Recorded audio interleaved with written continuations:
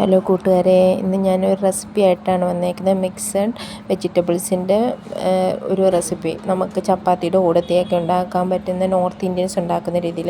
ഇത് രാവിലത്തെ സമയമാട്ടോ. എനിക്ക് അടുക്കളയിൽ വേറെ ആരും ഉണ്ടാകുന്നത് എനിക്ക് ഇഷ്ടമല്ല. എനിക്ക് തന്നെ ഇതൊക്കെ കുക്ക് ചെയ്യുന്നതാണ് ഒത്തിരി ഇഷ്ടം. അപ്പം നമ്മളുടേതായ രീതിയിൽ നമുക്ക് ഉണ്ടാക്കാമല്ലോ.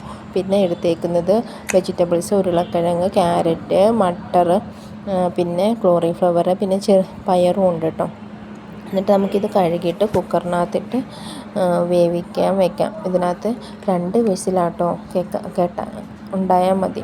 അല്ലെങ്കിൽ കൂടുതൽ വിസിലായാൽ ഒരു വിസിൽ കേട്ടാൽ ഇത് വെന്ത് പോകാൻ സാധ്യതയുണ്ട്. ഞാനിതിനകത്ത് കുറച്ച് മുരിങ്ങയുടെ ഇലയും കൂടി ഇടുന്നുണ്ട്. എനിക്ക് വിറ്റാമിൻ അതിന് നല്ലതാണ്. നമ്മുടെ കുട്ടികൾക്കുള്ള വിറ്റാമിൻ പ്രശ്നങ്ങളൊക്കെ നമുക്ക് മുരിങ്ങയില ഇട്ട് കൊടുത്താൽ തീർക്കാവുന്നതേ ഉള്ളൂ. ഇതാണ് എല്ലായിടത്തും ഞാൻ കുക്കറിനകത്ത് ഇട്ടു. പിന്നെ കോളിഫ്ലവർ സെപ്പറേറ്റ് ഞാനിങ്ങനെ തിളപ്പിച്ചെടുക്കുകയാണ് ചെയ്തേക്കുന്നത്. ഇതിനകത്ത് എടുത്തേക്കുന്ന പൊടികൾ മുളക് പൊടി, മഞ്ഞൾപ്പൊടി, മല്ലിപ്പൊടി കുറച്ച്, ഗരം മസാലപ്പൊടി, പിന്നെ വെജ് മസാല കുറച്ചും കൂടി ഇട്ടിട്ടുണ്ട്. അതാണ് ഞാൻ പറയുന്നത്, 2 വിസിലാണ് കേൾക്കാൻ പാടുള്ളൂ.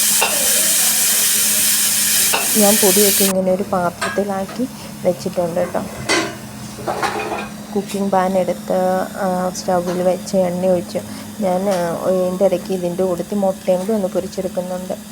മുട്ട ഞാനിങ്ങനെ തന്നെ ഉള്ളിയും മുളകും കുരുമുളക് പൊടിയാണ് ചേർത്തേക്കുന്നത്. പിന്നെ മുരിങ്ങയുടെ ഇലയും വെച്ചിട്ടുണ്ട്.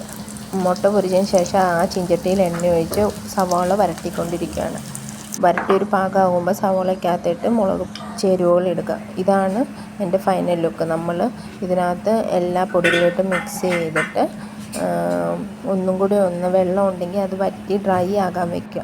ഇത് നമുക്ക് ചപ്പാത്തിയുടെ കൂടത്തെ കഴിക്കാം. അതാണ് ഏറ്റവും കൂടുതൽ. പിന്നെ ദോശയുടെ കൂടത്തിൽ, ഗോതമ്പ് ദോശയുടെ കൂടത്തിൽ കഴിക്കാം. നിങ്ങളും ഉണ്ടാക്കി നോക്കുക, നല്ലതാണ്.